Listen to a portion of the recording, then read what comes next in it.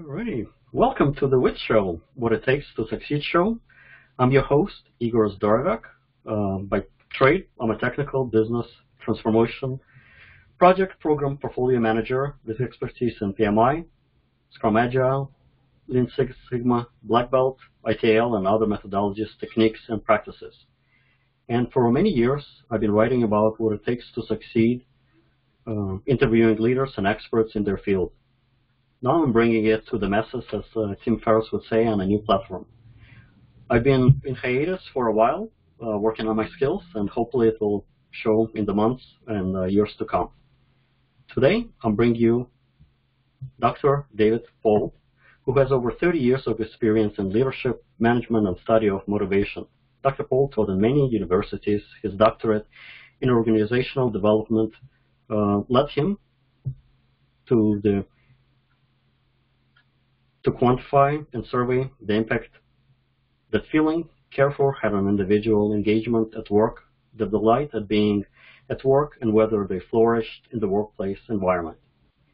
His research developed a theory that people do work that matters for people who care.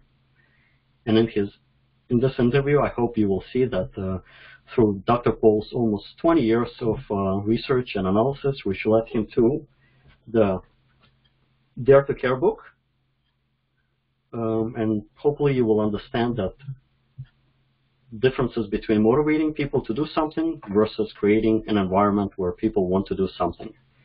And I don't think I ever received this much knowledge in my course on management in my master's in management degree, and I wholeheartedly believe that everyone should, from the head of the company, must give to their direct reports, which their direct reports give it to their direct reports until everyone has in the company has this book. And on top of that, everybody needs to practice this. And as Steve Covey said, and you, Dr. Paul, quoted him, it's a win-win for everybody. So welcome to the show. Well, Igor, thank you very much. I'm obviously honored to be here, and it shows that you care for improving the lives of the people that you work with, that you're taking on this project of helping me promote the book.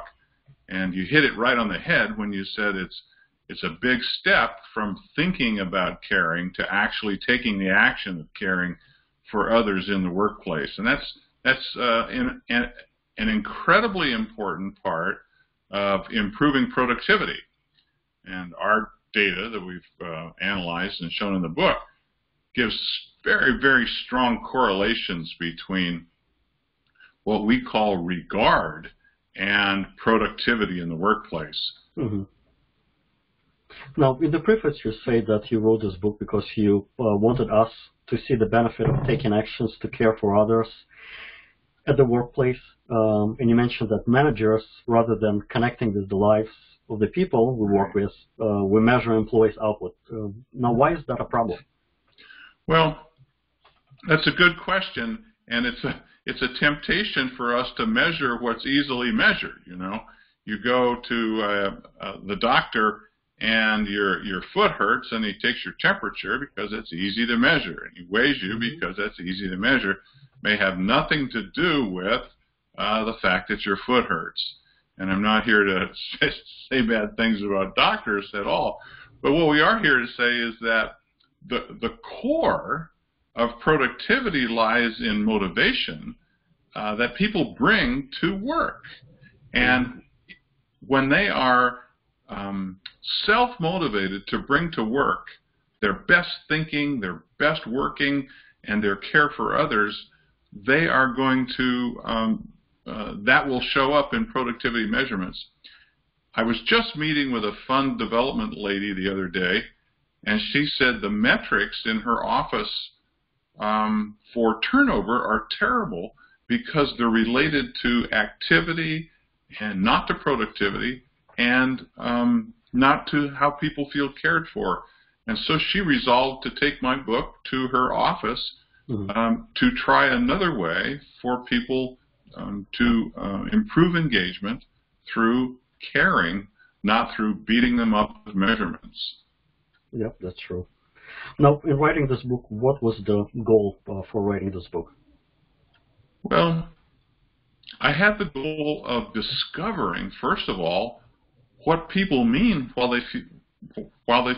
they say they feel cared for. What do you mean you feel cared for? And so over about 2.5 years, we collected about 2,500 observations that we grouped into bins. And so there are 33 ways that people, generally Gen Y, we focused on the Gen Y people from between the ages of 20 and 40, they told us how they felt cared for. And there are 33 distinct, specific, identifiable ways: allowed to help, allowed to lead, trusted, valued, my opinions matter to others, and things like that, or my opinions are taken into account in the workplace. That's how people feel cared for. And as managers, we need to not only respect that, but actively work toward it. Definitely. So in writing the book, I wanted to share that. First of all, find out how people feel cared for. Secondly, and that was a big 2.5-year study, and another maybe 7 to 8 years, we collected data about correlating those 33 ways that we now identified that people felt cared for to how they felt engaged at work. And there's some very well-known studies in engagement called the Utrecht Worker Engagement Survey with 17 ways that people were engaged through vigor, dedication, and absorption. And so we were then able to take the 33 caring ways and match them with the 17 engagement ways, and we found out there are 15 specific ways that most highly correlate to engagement, and most of those we call regard. Right, okay. No, and you have so much research, so much best practices. It's probably like one of the few books that I would put on my list. You see, like a little bit wrinkled down that I would need to reread again and again because there's so much, and I learned a lot of it. I need to reread it again and again to make sure that I get my life aligned with these good practices. Yeah, true. Now, you mentioned regard. What do you mean by regard, and can you define it?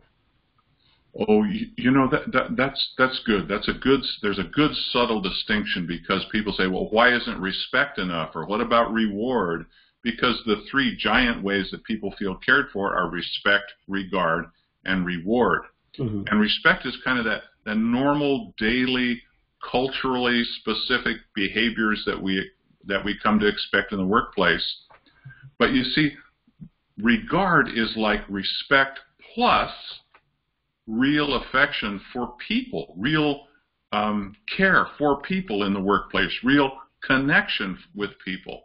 So regard is like respect on steroids or something. It's like the real deal. It's like you really care for the people you work with. You know their children's names. You know their children's hobbies. Why? Because you evidence that you are interested in them as people. Once that happens, then people bring to work their very best thinking. So regard is like respect plus affection. But on the business side, it's also a person-centered investment strategy. Think about that. Yep. You now have a new investment strategy that involves caring for people that will return rewards way beyond anything you can do in the dollar domain, way beyond anything you can do in the strategic domain. This now is a person-centered investment strategy to improve productivity, and it's basically a no-cost investment. The reason it's no cost is that you can actually say hello and mean it in the morning. You can actually say good morning and mean it. You can actually say, how are the kids? Do you need time off to take your grandmother to work? I mean, not to work, but to a doctor's appointment or something. Right. Yep. When you evidence flexibility in the workplace, people are going to repay you 10 times over, and that's what the data show. No, that's perfectly stated. Now, as a manager, why can't I just pay employees more? You can. Actually, you can. You can pay them more, and I'm sure they would like that. They'd be very happy to have more money. Right. But you can't buy respect, and you really can't buy regard. So the data are really clear. Look at Daniel Pink's video on Drive, for example, where he shows that mastery, autonomy, and purpose are the things that contribute to motivation. And Daniel has looked at the book, and he's looked at regard, and he said that's the freshest thing in the management workplace now. We need to promote this. So thank you, Daniel. But the reason that you can't, just pay people more is that it's inversely related to productivity. All the data studies show that beyond a certain level, once you pay somebody enough, beyond a certain level, if you continue to advance rewards, productivity drops. Psychologists tell us that the reason productivity drops is that people are losing autonomy. Because they accept more money from you, they're giving over control to you. And that is against the autonomy principle.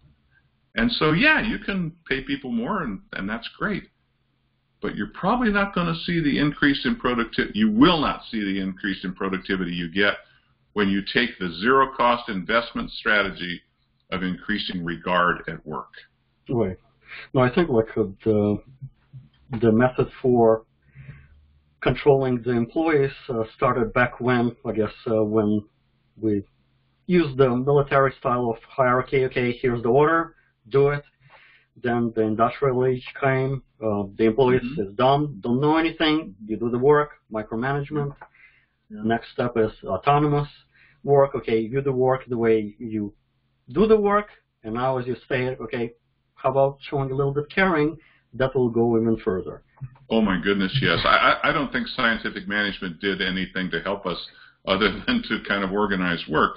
Henry Ford made an interesting observation. He said he was at a dinner party with it, and he turned to his wife Clara, and he said, "I just don't understand it. I pay these people double the wage. Instead of $1 a day, they get $2 a day, and all I need is their hands, but they bring all their problems to work with them." And Clara turned to him and said, "That's because they're human beings, Henry." And from that moment on, the Ford Foundation turned into one of the greatest leaders in the area of figuring out why people work. Right. Now, in your research, you discuss the work that matters for people who care, and where you break down into the 4 categories of the 2x2 Jory window matrix. Can you describe how it works?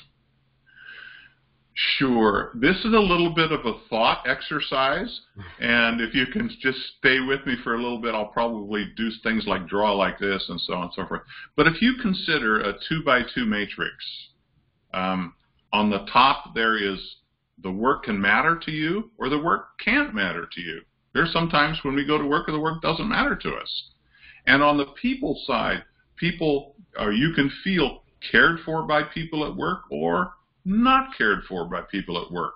That's what we mean by 2x2 matrix. Cared for or not cared for, work matters or doesn't matter. So there are now 4 combinations or 4 categories. And the worst, of course, is when the work doesn't matter to you and people kick you or they insult you at work. And that's where you get vandalism at work, theft at work. Sickness, illness at work lives in that category. The Ford Foundation actually did a study that showed that when that person-environment fit is obtained, productivity falls off by about 100%. When that situation exists, that productivity becomes minus 100% times normal. Up in the work that matters and people care category, we call that category 1, We call this Category 4. Category 1, work matters and the people care for them. The Ford Foundation found that when you feel valued, appreciated, connected at work, where your opinions matter, you're trusted and given mastery, autonomy, and purpose, productivity can be 9 times normal productivity, or 900% greater. And so if you can take the situation from Category 4 to Category 1, as a manager, you've done a 10x improvement. You have to work with your HR people. You have to get the right people who want to come to work for the right reasons, and then you have to care for them. So those are the 4. The Category 2, we could talk about that, but that's normal productivity. Category 3, normal productivity. There's a slight difference, but the big difference is understanding Category 1, where the work matters and the people care. That's intrinsic and extrinsic motivation combining for more than 2x. Yep, that's perfectly put. And under your, I hope that was clear. Definitely. Hope it's clear to the audience also.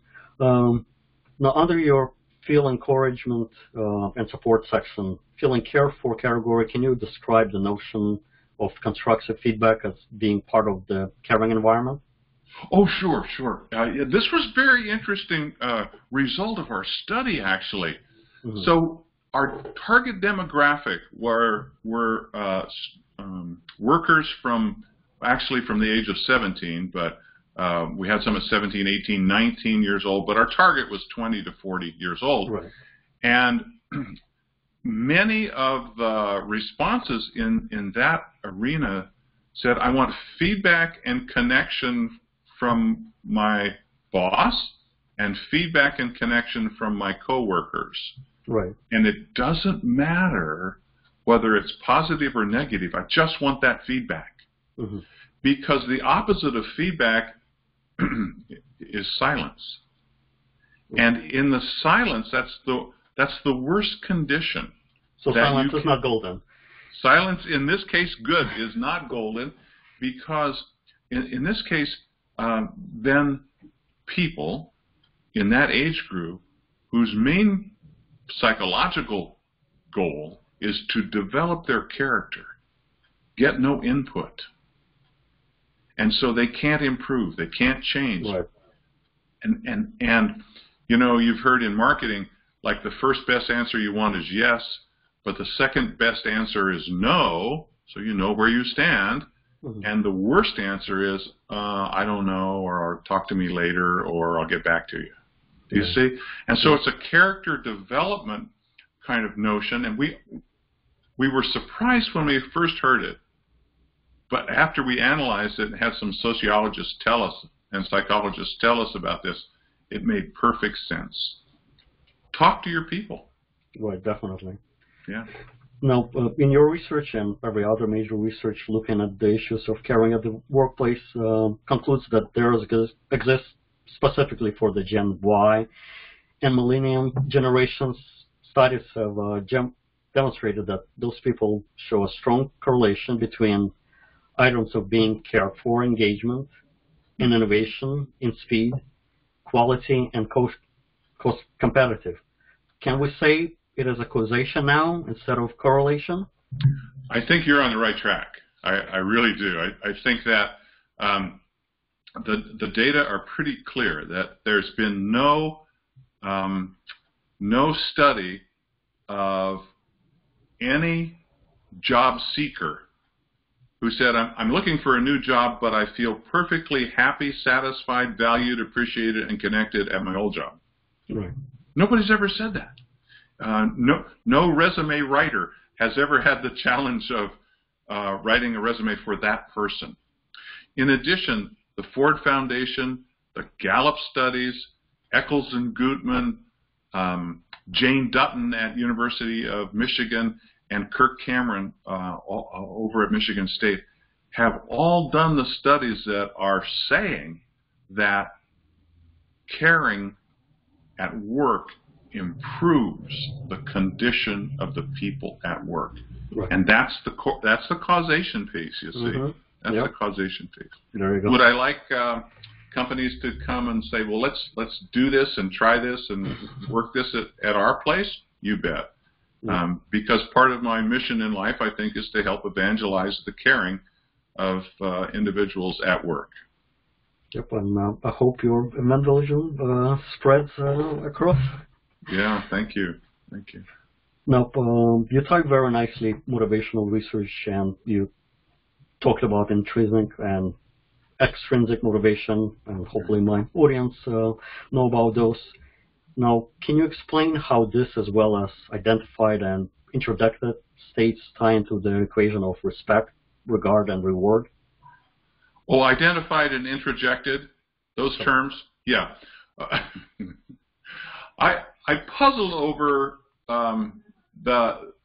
the work that others had done in this identified and introjected space, and it's a little subtle, but regard takes care of the issues of identified and introjected.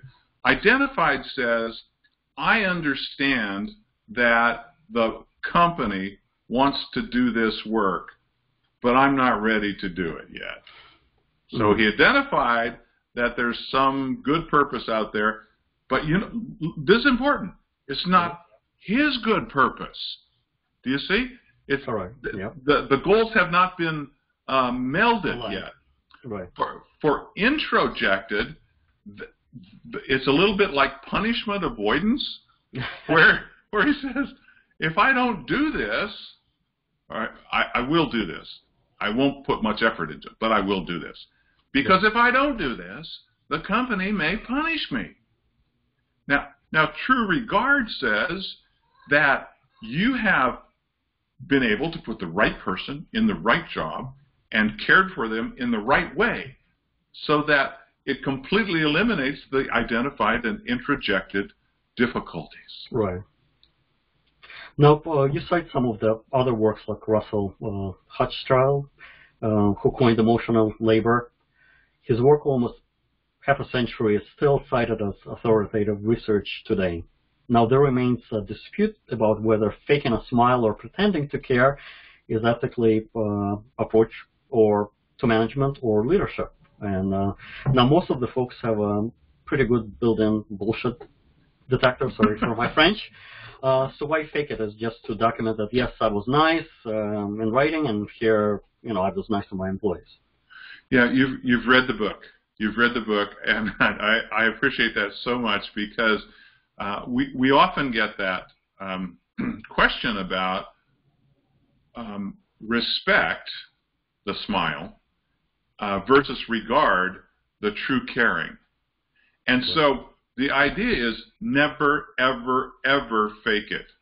People know right away, and it's worse to fake it and be known to be a faker than it is to say nothing. So it's you know, don't ever fake it. So regard has to be honest, it has to be timely, it has to be appropriate, and it has to be meaningful to that person. Right. Even rewards have to be meaningful to that person. And so as a result, the issue of emotional labor is, I think, a little bit misnamed. It is an investment, but it has to be a choice. You have to say, I'm going to regard people. Not only is it the right thing to do, but it's beneficial for everybody in the workplace. You know, up in Category 1, people are healthier. The turnover rate drops to 3 to 4%. It's fabulous to live in that work environment. When my daughter comes home from work and she said, the respect, regard, and reward was dripping from the ceiling on me. I felt totally covered with regard. I'm valued there. They love me. And she has a lot of talents outside the area that she's working in, but she brings those talents to work and improves the workplace. Why? That's true. Because she feels regarded. Yeah. Correct. Now, you mentioned like 3/4 of all the reengineering TQM efforts failed or created problems serious enough to threaten companies. In your research, you report the basic failure to successfully alter human systems, which is critical part of adaptive change that changes where expertise and tools do not already exist. Now, with all these facts right at people's faces, did you find a reason of why people would react contradictory to the facts of how they should behave? We do, and I teach my students in their basic management classes to look at their own opinions very carefully, because we're all a little bit type A, these manager types. We're all a little bit type A, and the issue about type A, a lot of good things over there, but type A, we have a very high opinion of our own darn opinion. We have a very high opinion of our own opinion, right. and we take shortcuts, and we don't think deeply. Yep. Very few people get their PhDs in critical thinking these days, and as a result, very few people are good critical thinkers to logically connect. If these basic principles of regard are shown to be this strong at work, and I don't do them, right. What does that say about what I'm doing to the company? Well, I'm subtracting from their potential profits. You see the balance. So I'm like stealing from the company, basically, right. if I don't do it. But people don't think that way. Now, the balanced scorecard, Kaplan and Norton at Harvard talk about financial profits at the top, and those are linked to customers who are willing to pay a premium for that product.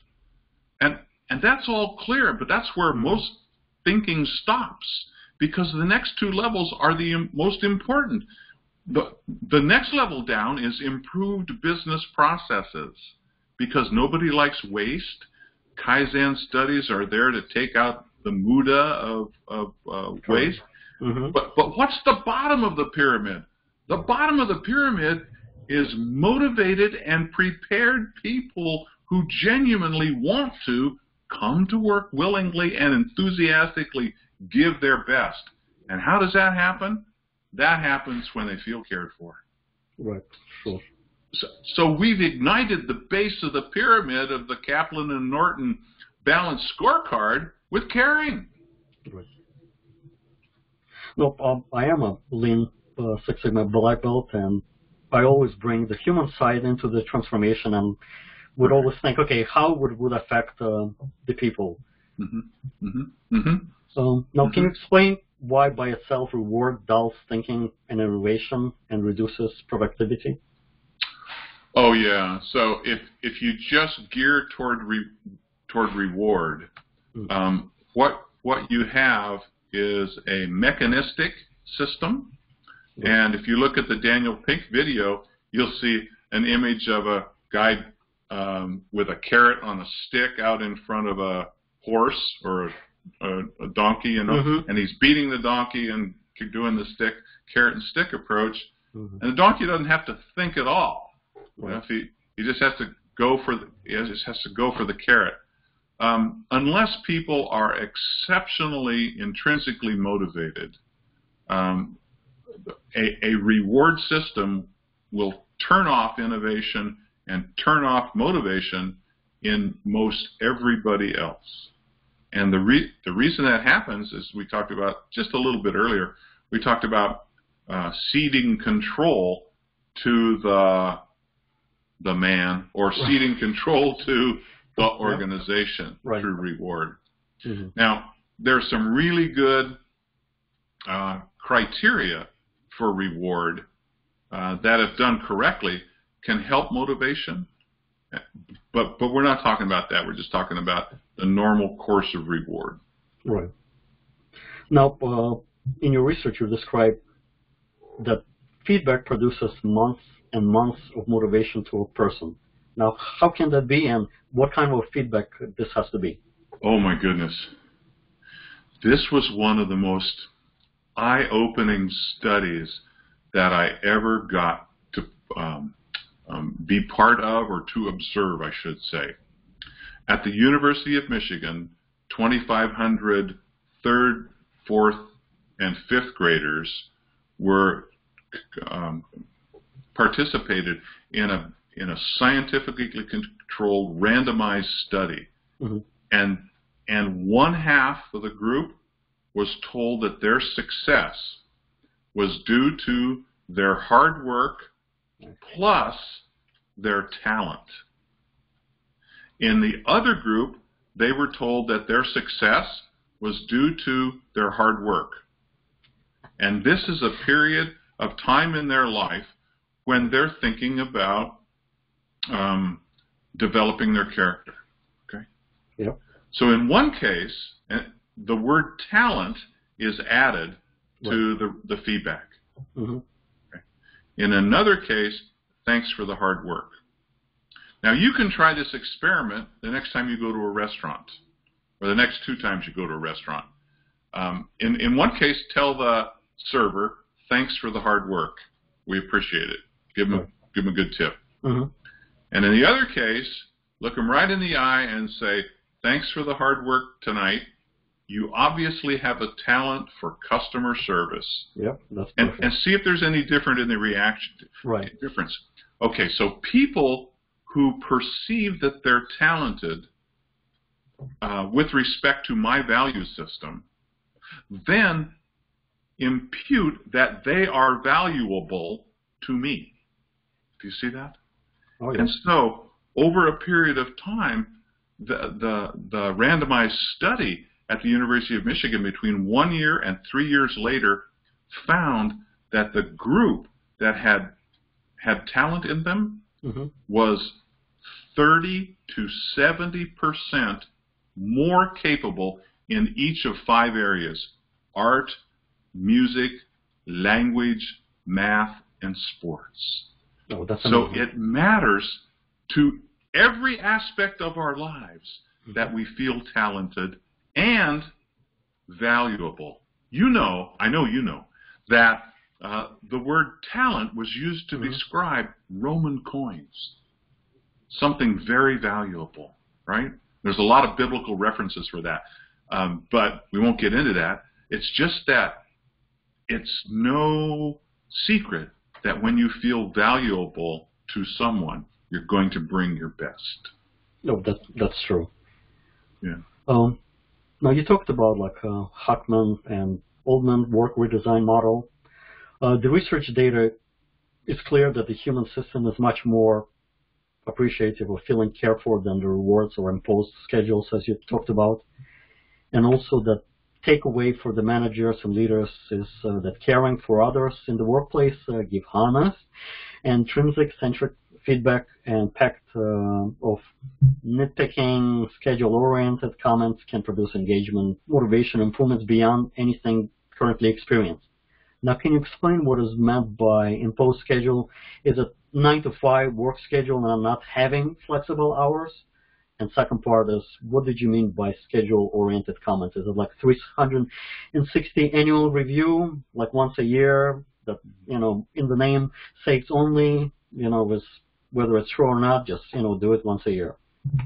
Yeah, the point that I was aiming at in that design part about Hackman and Oldham had to do with rewards and schedules.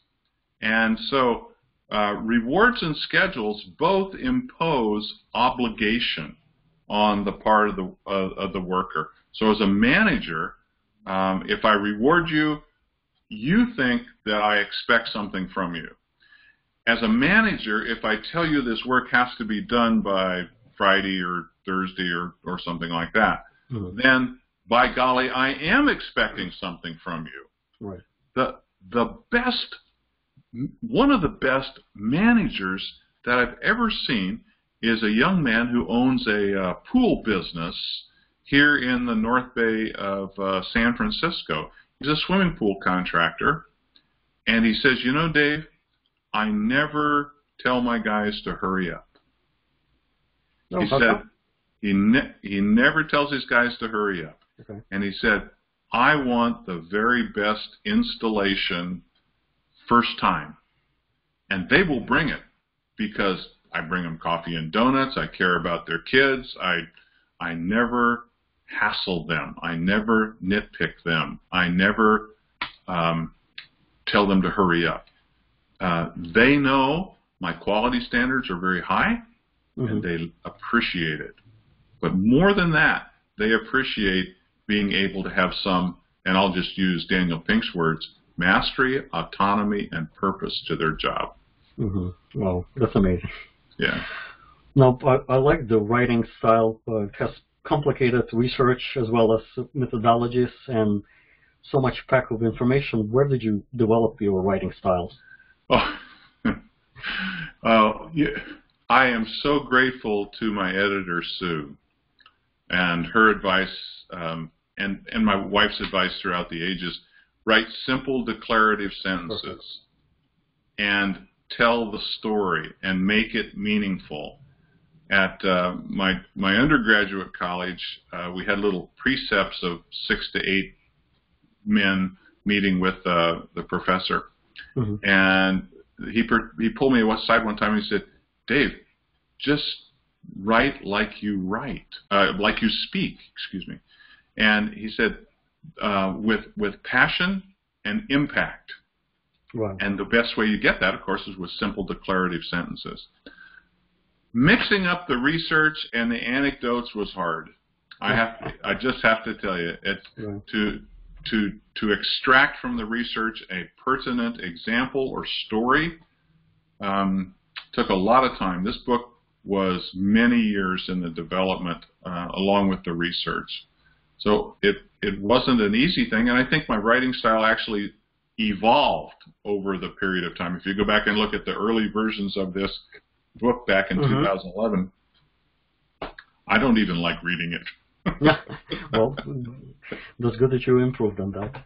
Now, at the WITS show, we concentrate on success, and so when you hear the word success, who or what comes to mind? Oh, golly, that's such an important question because it talks to our values, doesn't it? And for me, success and joy are very much connected. And for me, joy and success happen when I use the talent, I'm going to say God-given talents, I use the word talent, God-given talents in the opportunities that come along in life. Do you see? So if you are aware of what your skills and abilities are, and you see an opportunity and you use it, you become valuable to somebody in that area. And for me, that's being a success. You can look at golfers or tennis players for success, and you see some very, very interesting adherence to rules. And the rules are do your best. There we go. The rules are work hard. Right. The rules are never settle for average. And those are rules that our mother told us in kindergarten, kind of thing. Yep. So much of the success that happens, I think, happens because we obey the rules of what we learned in kindergarten. There you almost. Yeah. So always listen to your mother. You'll be successful. There you go. Listen to your mom. She's got your best interests at heart. True. I wanted to say the other thing is, along with that, is take your values, those values your mom taught you, take those values to work.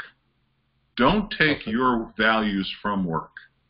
Because at work, we often get tempted to seek the lowest common denominator or the let's get by and do this trick on and take money from these other people, and it's a very slippery slope.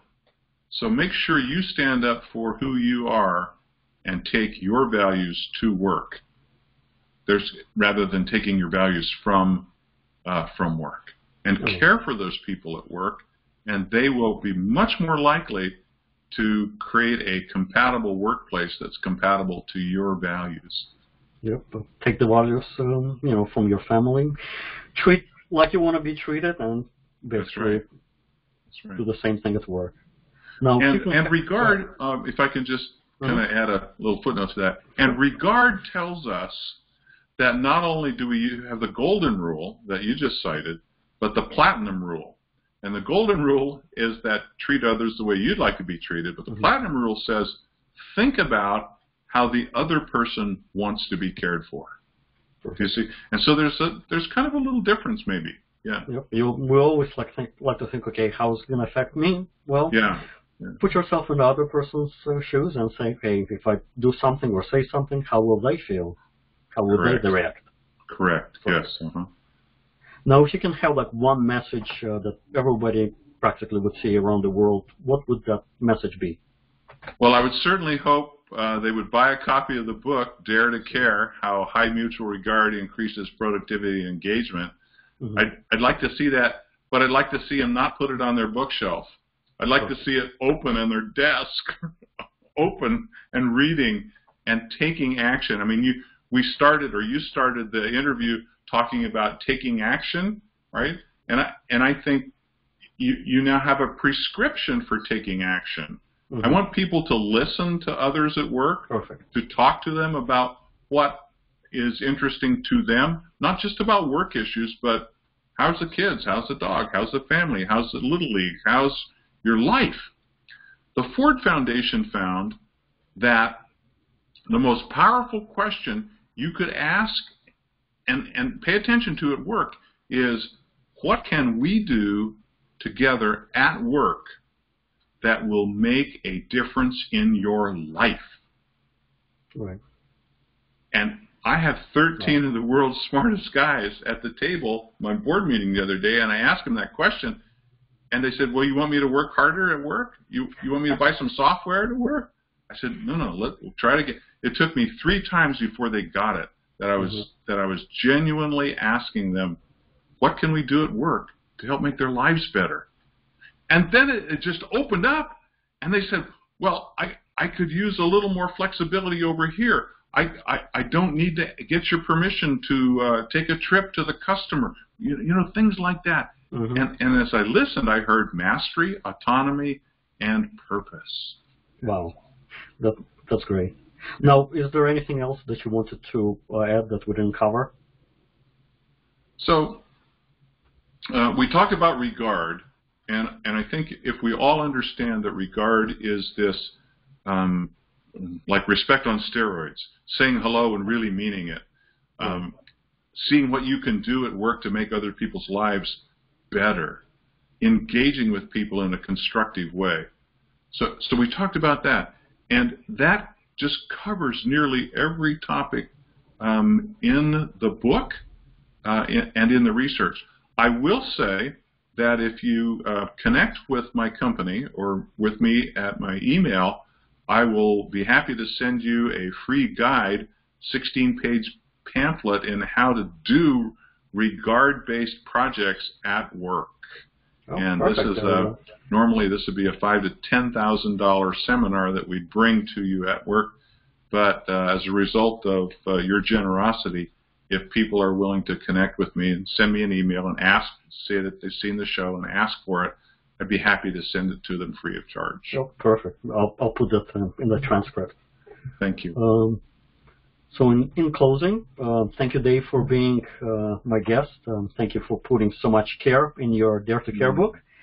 And hopefully you will join with me again on WITS, What It Takes to Succeed. And to the audience, please subscribe to the WITS show, like, share the link, comment what would you like to do or learn about more.